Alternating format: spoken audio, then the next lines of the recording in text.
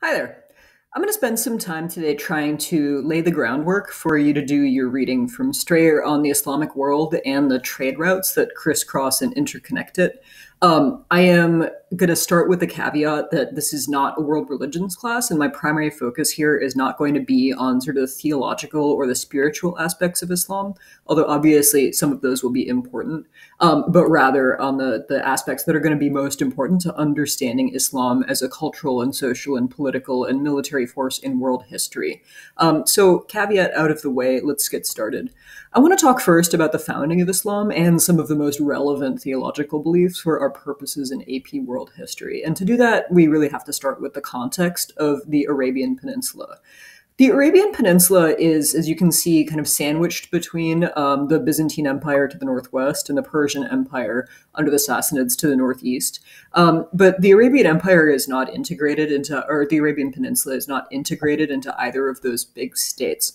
Rather, there are two basic things going on. One is that, particularly on the western coast along the Red Sea, which we know is the Hijaz, and also in the Yemen area in the south, in the southern sort of corner of the Arabian Peninsula, we have these sort of trading cities that are where you have a significant amount of buying and selling happening, and as a consequence, a fair amount of cultural and religious diversity. So there are a number of places, including Mecca, which is where our story is going to begin today, where there are, considerable numbers of people from different backgrounds coming and going, exchanging ideas as well as goods. On the other hand, in the interior of the Arabian Peninsula, that's an area that's relatively sparsely populated and primarily populated by pastoral nomadic people, so people who don't have fixed settlements, but who herd animals from place to place throughout the year. The context, the religious context into which Islam is introduced, is an extremely diverse and pluralistic one. There's some populations of Christians, there's some populations of Jews, there's some populations of Zoroastrians, and there's also a number of groups of people who don't follow a religion or a belief system that we would recognize today as sort of a universal religion. Mecca, which is the city where Muhammad spends his early years, is the home of a site called the Kaaba, which is a shrine that contains, in Muhammad's time, over 300 idols to different gods. So this is the context in which Islam is created.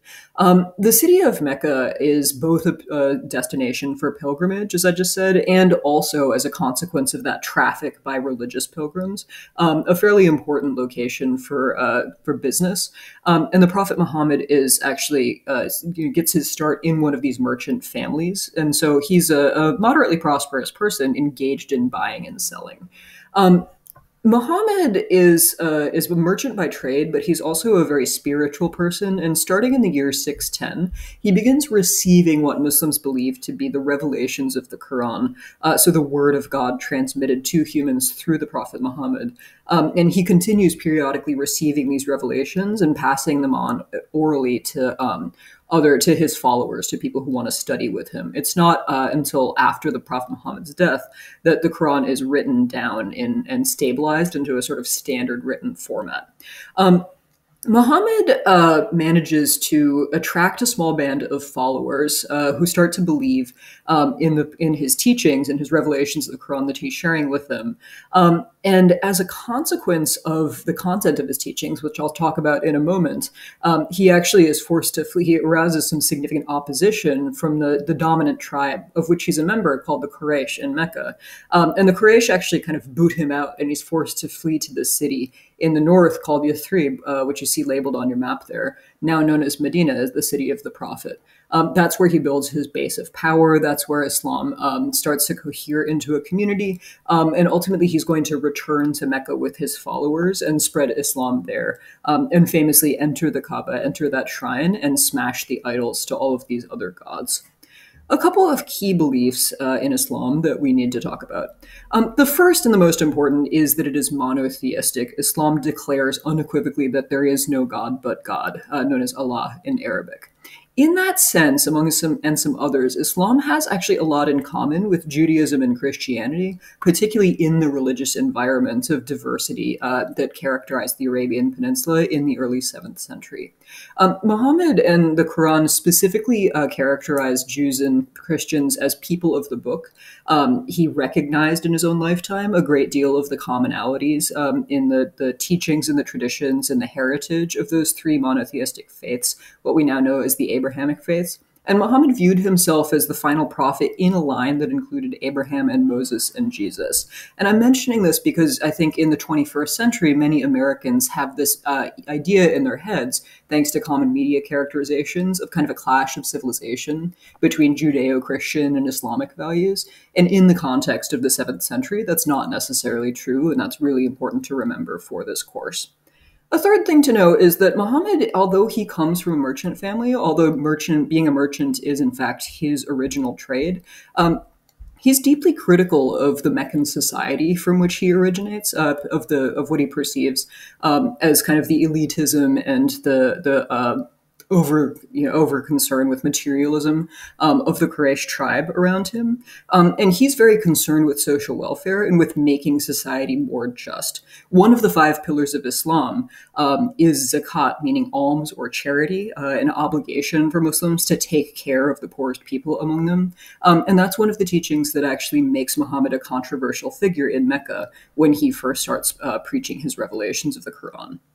A fourth thing to know, and this is another factor that's going to be upsetting to the traditional order during Muhammad's lifetime, is that instead of, Muhammad is born into a society that's really characterized by tribal loyalties, by kinship-based affiliation.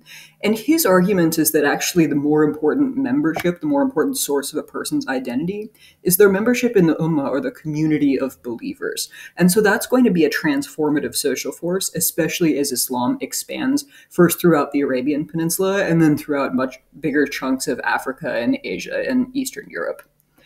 Another thing to think about is that if you're coming from the Christian tradition particularly, you might be familiar with a line attributed to Jesus Christ along the lines of, we should render unto Caesar what is Caesar's and render unto God what is God's. In other words, you should take care of your political obligations and your religious obligations separately. By contrast, in Islam, there's not a strict distinction between the sacred and the secular. There's not a clear, bright line between the laws of the church and the laws of the state. Instead, there is one body of law or of thought or of guidance known as the Sharia, the path. And it's important to note that this is not something which is codified or ossified or monolithic. There's not a single text which you can point to and say that's the Sharia. Again, contrary to some misperceptions that have been spread in the United States post 9/11. There is an immense tradition spanning back for the last 1400 years of people arguing and debating and thinking very deeply and writing endlessly about exactly how Islam says you should live all aspects of your life.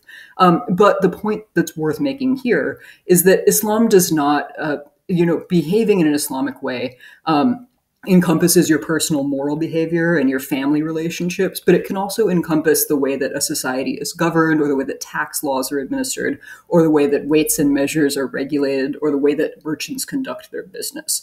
And so this is not just a theological system, this is an entire way of life. Islam, given those basics that Islam spreads really rapidly, and now we need to talk a little bit about exactly how that happens.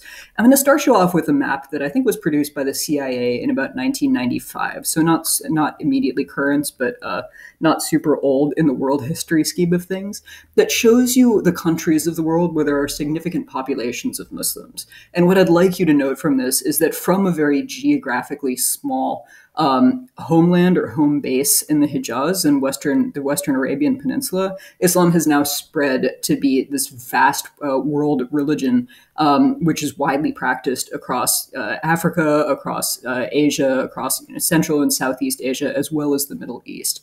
And so our question is really how that happens over the last millennium and a half. One place that we should start, and also just some vocabulary that you'll need to know in order to make sense of Robert Strayer's chapter, which I'm going to ask you to pick up about halfway through, is the emergence of this institution known as the Caliphate. In order to understand this, we have to back up to the lifetime of the Prophet Muhammad, who, by virtue of the controversial nature of his teachings and the fierce opposition that they aroused in Arabia, was forced into a position of not just religious leadership, but also political and military leadership. And so in his lifetime, he's not just the spiritual leader of Muslims, of his followers, he's also the commander of an army in which they're first defending themselves and next conquering territories in order to spread their political power as well as their spiritual message. When the Prophet Muhammad dies in the year 632, he's succeeded by a series of rulers, the first four of whom were close personal associates of his in his own lifetime, who take on the title of Caliph. Caliph means a successor to the Prophet and the political leader of the Muslim community. And there are going to be, we divide this first period of Islamic history into three caliphates, which is a term that here I'm using pretty similarly to the way we use dynasty in Chinese history. The first caliphate is known as the Rashidun Caliphate. These are the first four caliphs after Muhammad, known as the rightly guided caliphs because they have a close personal association with him. And that'll take us through the first 30 years after the Prophet's death. After that, the caliphate kind of morphs into a hereditary monarchy, so much more like what you would recognize if you think about Chinese history in a similar period. The first of those dynasties is known as the Umayyad Caliphate, and they expand the geographical borders of both Islam and of this political entity just tremendously. And then they're succeeded by a longer-lasting dynasty known as the Abbasid Caliphate, and that'll last, formally speaking, until 1258 when the Mongols sack Baghdad and shatter the caliphate. Two developments during this period, two developments to note during this first, 600 some years. One is that there is some significant dispute among the community of Muhammad's followers about who should succeed him and about how political leadership of the Ummah, of the community of Muslims, should be passed down from person to person. The larger group of people, the majority position, is that the community of Muslims as a whole should decide in some way or another who will lead them. And that position becomes associated with a sect known as Sunnism, or its followers are the Sunnis. There is a minority position whose followers are known as Shias or Shiites, who believe that political leadership should descend through Muhammad's bloodline. And towards the end of the Rashidun Caliphate, of that first period of political leadership after Muhammad's death, two of those last caliphs are assassinated, and there's pair of civil wars surrounding who will rightly inherit the leadership of the Muslim community. The Shias lose. The heir of Muhammad is defeated in these battles, but there's a significant number of Muslims who continue to the present day to believe that political leadership should pass through that bloodline, and they're known as the Shias. And we'll come back to this later in this unit, later in this course, and if you take AP CompGov, we'll come back to it when we talk about Iran as well. The second thing is that there is, although a caliphate is a state with Muslim citizens, it's not necessarily a state that's equivalent to spiritual leadership, rather, of Muslims as a whole. There are, of course, various points at which the caliphs try to insert themselves into these theological debates, but they never really succeed, and so there is no Muslim equivalent of, say, the Pope in Roman Catholic Christianity. Instead, religious authority in Islam is decentralized, and the people who make the most significant moves in that area are known as the ulama, which is to say the community of educated scholars in Islam. That's an important social class to know about, and they're sometimes going to be an important political force because they act to limit the title, they act to limit the powers of political leadership in Islam.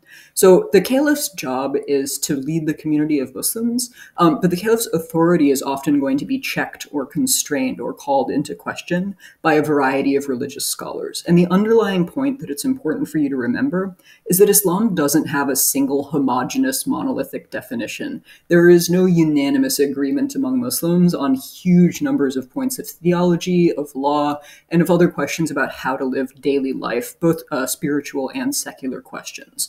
And that's going to help explain a lot about the history of the Muslim world, particularly as we get to this period after the fragmentation of that unified political authority.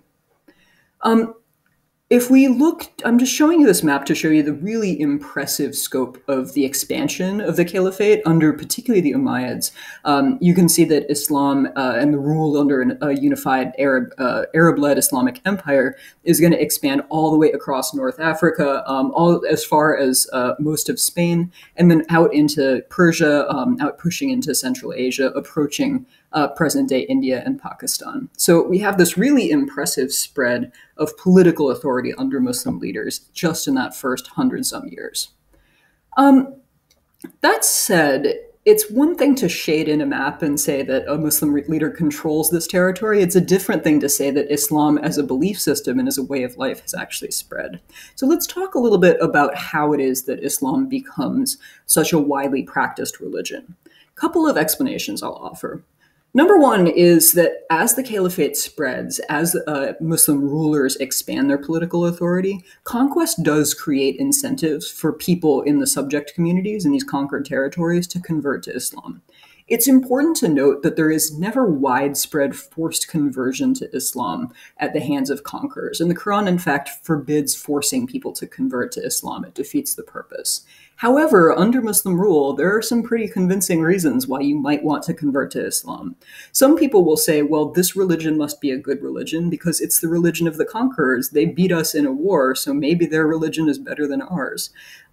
In many parts of the caliphate throughout its history, an administrative strategy that they use to raise revenue as well as to encourage conversion is to impose something called a jizya, which is a tax per head on people who aren't Muslim. And it's kind of a protection fee in some ways because non-Muslims generally can't be drafted into military service. And so instead, they're expected to pay higher taxes as compensation for being protected by the armies of the caliphate. And so you'll start to see some people convert in part as an economic calculus because the tax rates on Muslims are somewhat lower, although certainly not non-existent.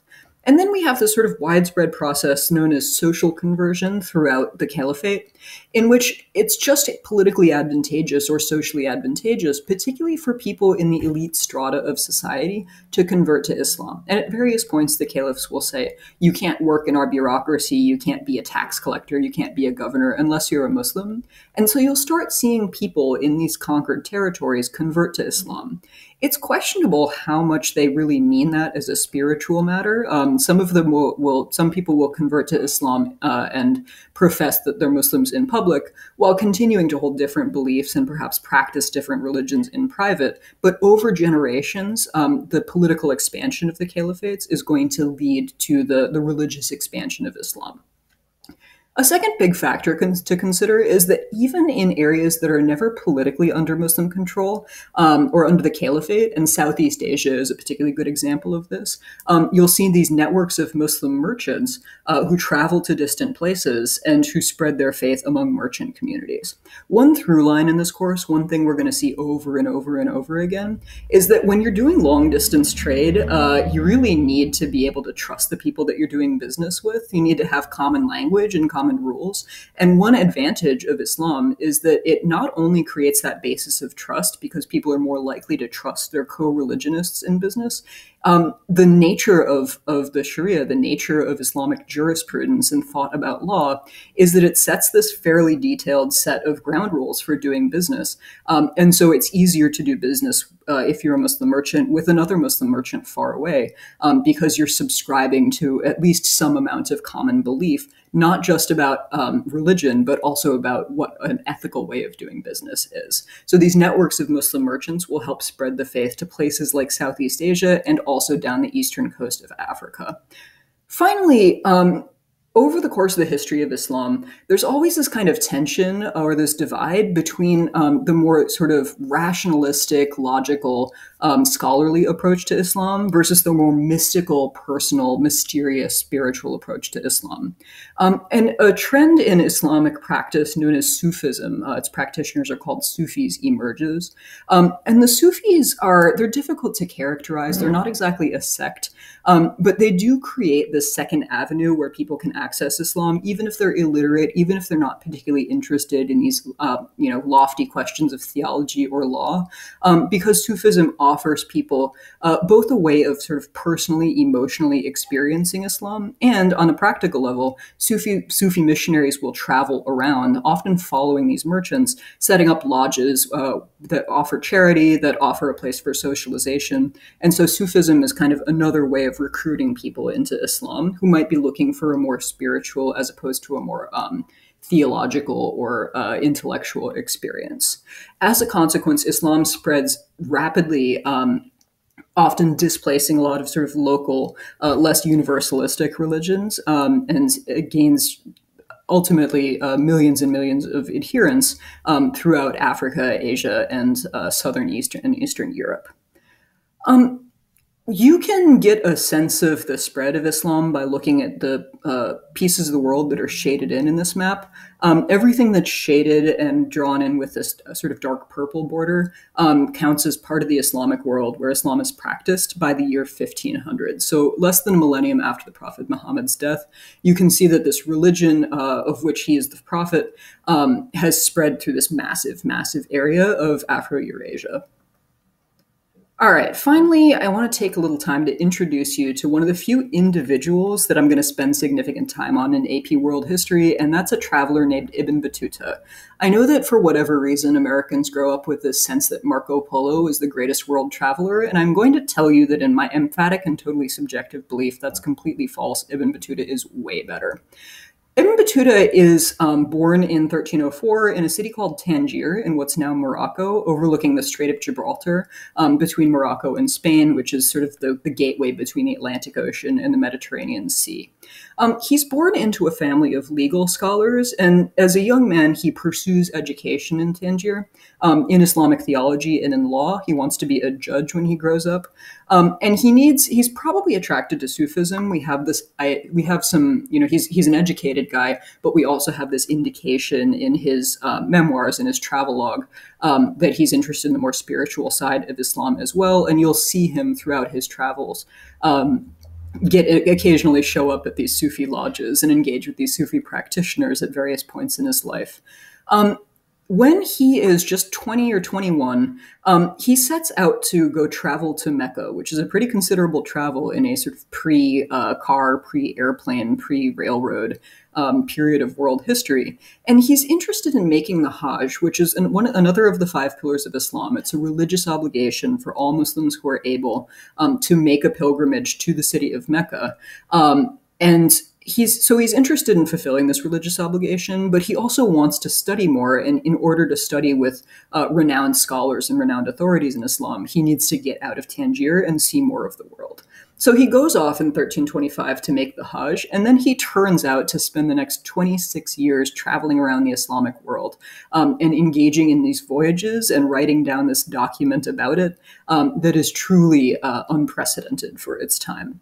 When he finally returns home as a relatively old man, he meets the Sultan of Morocco, who commissions from him an account of his journey.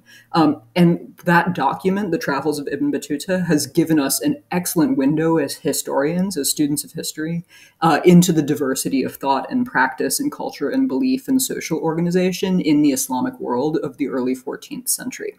So we're going to spend some time in class working with the documents produced by Ibn Battuta, working with his descriptions of the places that he's traveled. And the last thing I want to do today is just give you a little context for many of those places that he visits and also give you a sense of the scope of his journey. So mapped here in these arrows are the journeys of Ibn Battuta. You'll see a couple in these dotted lines that it's kind of questionable whether he actually made it to those places or not. But we do have pretty good historical evidence that he made most of these trips. He starts out in the city of Tangier, his birthplace, which is controlled by this entity called the Marinid Sultanate. By the time of Ibn Battuta's birth, the Abbasid Caliphate has fragmented, and so Islam is no longer unified under a single political authority. The Marinid Sultanate of Morocco is one of the sort of smaller sultanates or Muslim-led kingdoms, which emerges in the aftermath of the fragmentation of the Caliphate. And they're constantly at war with Christian kingdoms in Spain for control of this Strait of Gibraltar and for political and economic advantage. He travels east first across the Mediterranean coast of North Africa to Egypt, which is ruled by an entity called the Mamluk Sultanate. Mamluk literally means owned, and it's a term for enslaved soldiers who had been brought in from Central Asia or from the Balkans in order to serve as the elite soldier, the elite military caste. For a number of other Muslim rulers. But by this point, the Mamluks have actually risen up and established their own dynasty, which is going to rule Egypt and also some other parts of the Middle East for a significant period of time. From Cairo, he's going to make the first Hajj to Mecca. And both Mecca and Medina, important pilgrimage sites, are sort of independent cities. They're sort of under the patronage of the Mamluks as well, who are ruled by descendants of Muhammad. And he's going to meet Muslims from all over the Muslim world there. Mecca is going to continue being an important site, not just for religious pilgrimage, but as it was in Muhammad's time, for cultural and for economic exchange from across the Muslim world as well.